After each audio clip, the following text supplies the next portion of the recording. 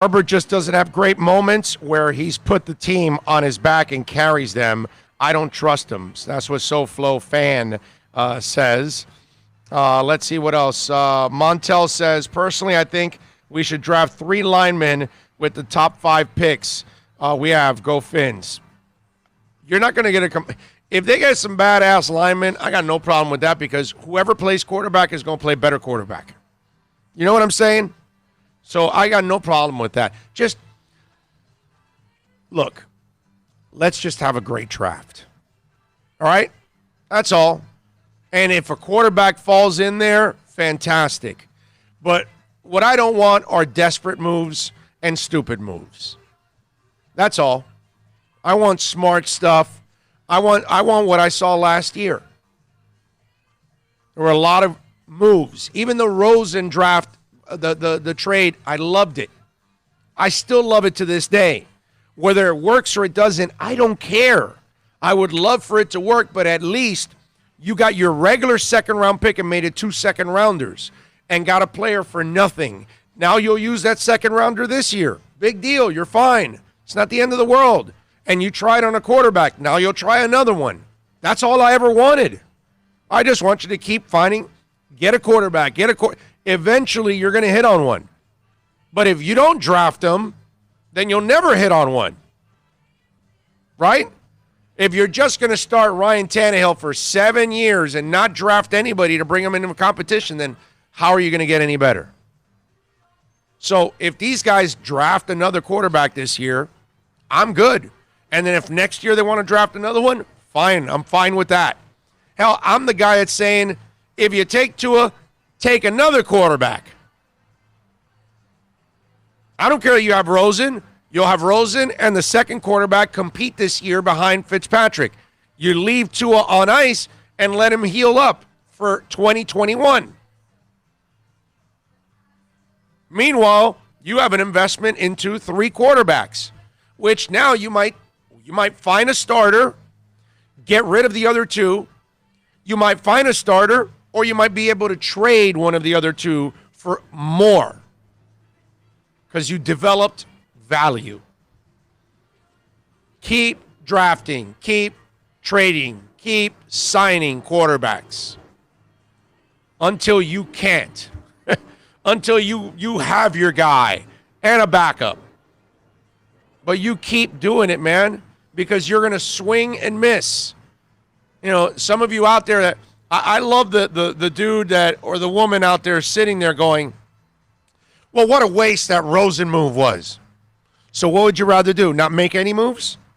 Oh, I'm sorry. In your world is whatever quarterback you would have picked would have become a Hall of Famer. Right? That's how it works in your world? I mean, seriously. Are you going to ever get laid if you don't go out and meet somebody? No, I don't think so, right? You got to meet somebody, right? There's no way you end up in bed without actually meeting somebody, right? You can't get married unless you actually get to know somebody. Well, you got to make the moves. Well, Dolphins are making the moves. But you can't be ungrateful either and say, wow, that Rosen move. What do you want him to do? He could be had for nothing.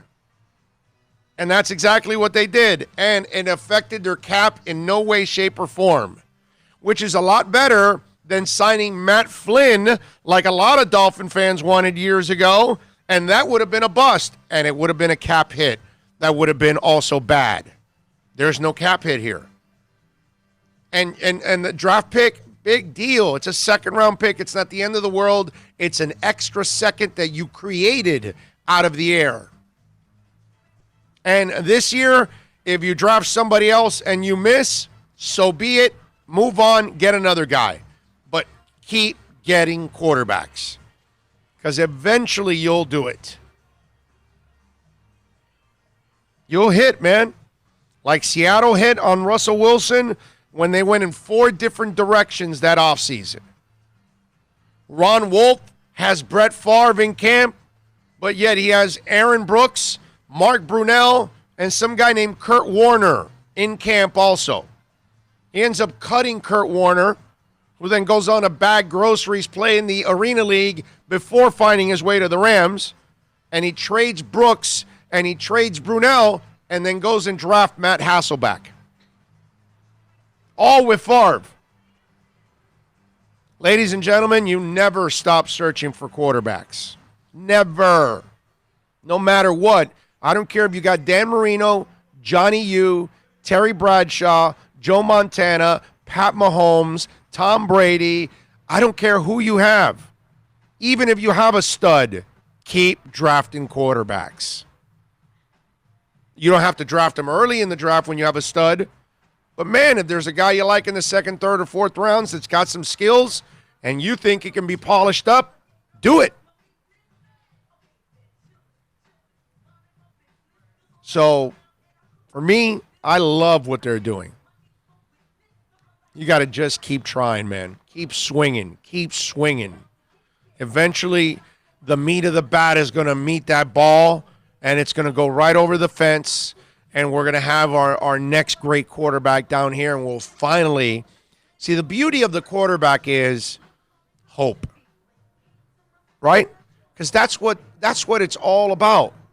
When you have that guy, you have hope. When you have Dwayne Wade, you had hope, because that's your quarterback of your basketball team, right? And if you have Neymar, you have hope. You know, that's what it's all about. And that's what Kansas City feels every week because they got Pat Mahomes, man. That's what Green Bay feels every week because they got Aaron Rodgers. That's what we used to feel when we had Dan Marino. There was always hope. And nothing gives you hope like that quarterback. So you got to keep drafting. You got to keep trading. You got to keep signing. Because that's what's going to elevate your franchise eventually. Because when you get that guy, it's over, man. Everybody feels better. The guy that's doing the grounds, you know, like in Major League, they suck and all that stuff, those two guys in Major League, right? And then when they're doing really good, those guys, hey, yeah, they're pretty good and all that. Everybody feels better, man. The secretary has a strut. The people selling candy and beer, they feel better about selling it in a great environment because there's hope. Everybody's smiling, laughing, high-fiving, cheering, all that. The mood changes, man, because when you got that guy, it's a whole different ballgame.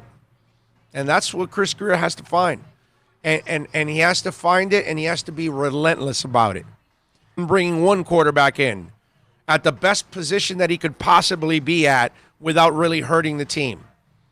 And now he has set himself up to go ahead and get more quarterbacks now. But we got to give him time.